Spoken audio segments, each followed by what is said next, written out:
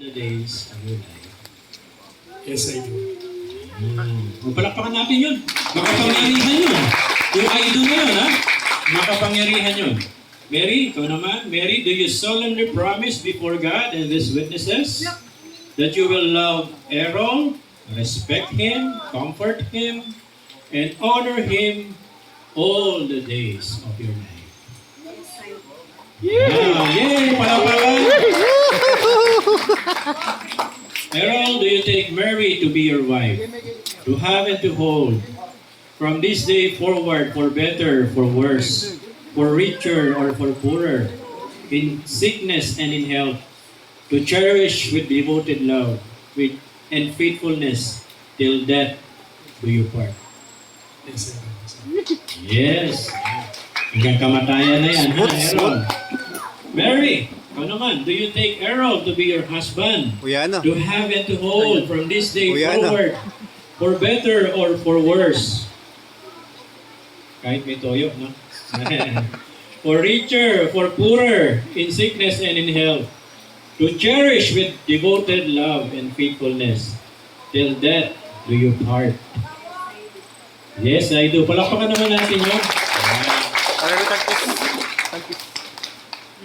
Okay, sa pagkakataong ito, ay isi-share na po ni Errol at ni Mary ang kanilang mga personal vows. I believe meron kayong na i-ready na personal vows sa isa't isa. Yeah, personal, no? Galing sa puso dapat yan, ha? Hindi galing kay ChatGPT. Yan, okay. Galing sa puso yan. Although nakasave yan sa cellphone, I believe that's from the heart. Okay? Errol, gusto ko habang binabanggit mo yan, heartfelt at sincere. Sige, Errol, start. Sabihin mo, Errol, ang iyong pangako para kay Mary. Rose was my vow. I started this vows with a short story as our pastor starts with one hello. Pandemic days, alam naman natin, pag pandemic days wala nga. From common friend, lagi siyang lumalabas dun sa people you may know. So all I know na pag nalabas sa people you may know, lagi kang ni-stalk ng taong ko. Pogi ko, no? Then one time, nag-birthday yung friend ko, yung common friend namin, pinost ko, tapos nag-comment siya. Nakita ko, ay siya to. Siya na gano'n na to. Then that's the start, I started stalk Nelly Rose. Then I nag-start. I messaged her, malitan ng kumusta, getting to know each other. Then, itong muna kasi, kontrainip lang eh. What I mean is, hindi ko alam na mapupunta dito. Then, sabi nga, dun sa Isaiah 60, verse 20, when the time is right, I, the Lord, will make it happen. To be honest, I came to the point na hindi na ako naniniwala sa pag-ibig. Dahil sa nakaraan o mga past relations, especially yung recent, sabi ko sa sarili ko, okay na ako, kota na ako, lagaan ko na lang mga anak ko.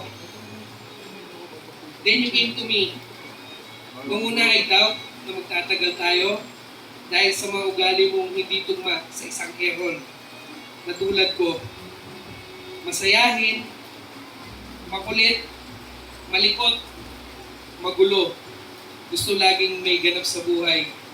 Ikaw yung tipong tahimik, walang imik, yung gustong banding, maglinis tsaka maglaba. Hindi trip lumabas with friends, especially sa tropes.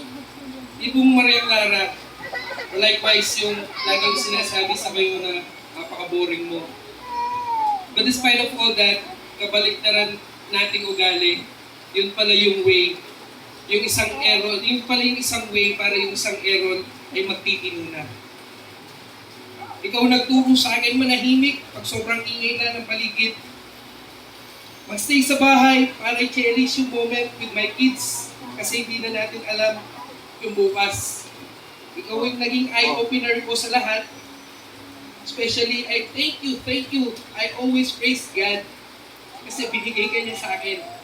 Ano And I remember, I met Mary Rose on my second, yung first met na kasi namin doon sa boundary ng ng Mabalacan. Nung nagbibigay kami ng relief good, nakita ko siya. Then the second time na nag-met kami personally na she asked me to go to their church. Siyempre dahil boys tayo, medyo kung sasama tayo. Then that time, pumunta ako doon sa church, COG Daw, I remember that. Masasabi ko yung araw na yun, dalawa yung nakilala ko, ikaw at saka si God. Doon ko na mas lalong lumalim yung paniniwala ko sa Panginoon ko. Alam mo, naniniwala ako sa Panginoon, pero doon ko naramdaman talaga yung love sa akin ni God dahil binigay ka niya. Sabi nga, I hit 2 birds in 1 stone. Sabi ko, doon pa lang, napaka-bless ko na dahil nakilala kita at nakilala ko si Lord.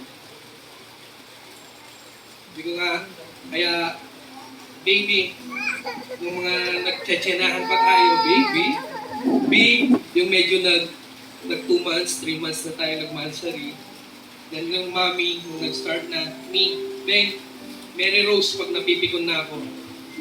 Una sa lahat, salamat sa pagtanggap mo sa anak ko na parang tunay mo ng mga anak. Content Salamat. yun, content. Kasi pinipili mo akong samahan paghabang buhay at pakasalan ngayon, kahit minsan sumusobra na ako sa ugali ko at gusto mo na akong bitawan. Pero hindi mo ginawa na natili ka pa rin sa akin. Noon pa man at sa mga susunod na araw, pangakong mamahalin kita at aalagaan ko kayo ng mga bata hanggang sa magpantay ang aking mga paa. Sabi ko nga lagi sa'yo, di ba? Sulitin mo na ako dito. Pagdating natin sa taas, pagdating natin sa heaven, magkapatid na lang tayo. Sabi nga sa kanta, kasama kang tumanda. Pero nangyari, kasama kang tumaba. Legit.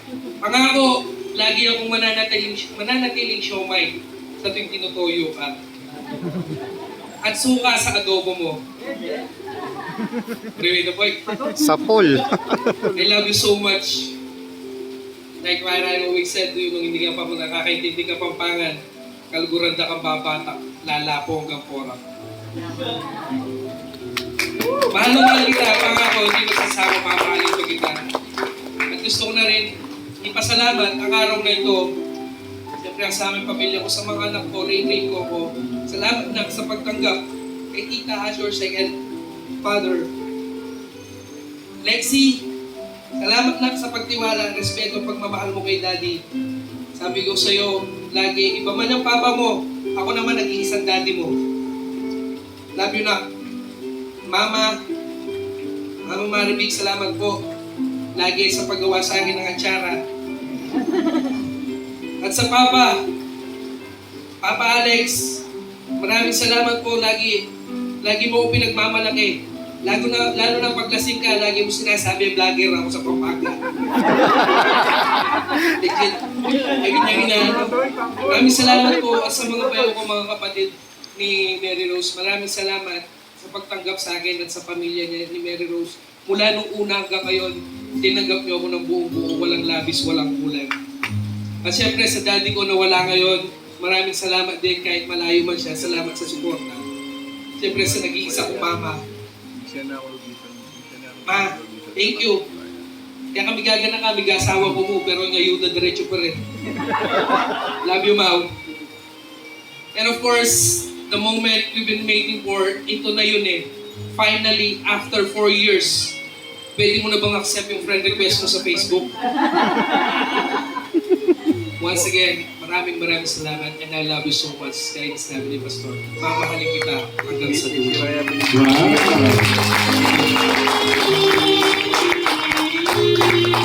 Errol, gusto ko sabihin sa'yo na error ka, hindi ka error. Yeah, okay. You're the right man for me. Diretso Mary, na yun. turn para sabihin mo ang iyong nasa puso para kay Errol. My husband, my love today. Today we have been waiting and praying For the day in front of our loved ones, together we will be one with God and do His will that is marriage. Dati akala ko, Surang dala na ng bako-bakuan. Wow! pag si Lord talagang nagplano sa buhay, bibigay niya lahat para sa iyo. Bago tayo magpunta sa ito na to, napakarami ng pinagdaanan natin. Kaya masasabi kong pinagtibay muna niya tayo. Dahil alam niya, mas marami pa tayong pagsubok na haharapin. Salamat dahil dumating ka sa buhay. Sa panahon kailangan ko ng karamay. Salamat dahil hindi ko pinilit ang panahon na hanapin ka. Pero kusa kang dumating dahil binigay ka ng Diyos. Sa alam ko tama at alam kong naayon sa ating dalawa. Kaya B, kahit ano pang hamon, gano'n pa kahirap ang sitwasyon, pangako sa'yo, magkasama tayo lahat. At tandaan mo, sa hirap at ginhawa, sa hirap at saya, sa sakit o sa sigla, hindi ko bibitawan ang iyong kamay hanggang sa huling sandali ng aking buhay. Alam kong walang permanente sa mundo, kaya pipiliin kong maging masaya hanggang kasama kita. I love you so much.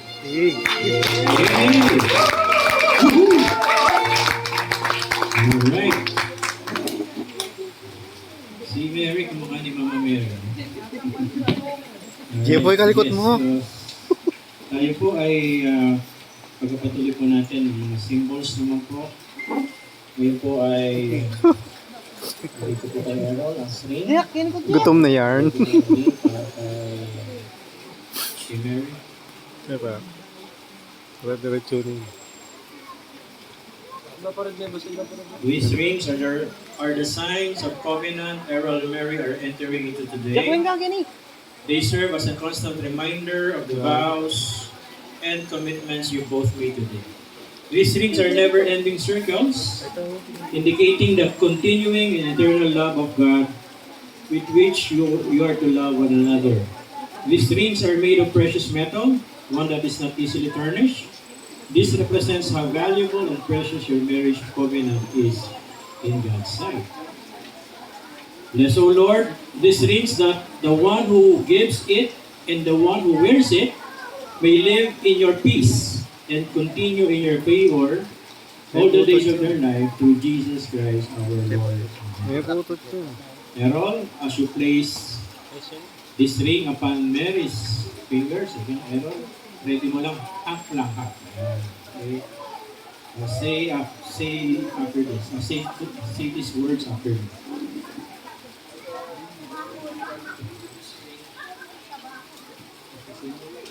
As a symbol of my vows, and with all that I am, and all that I have, I honor you in the name of the Father, and of the Son, and of the Holy Spirit. Palakpakan naman. Yes! Hindi ka pa kay Mary.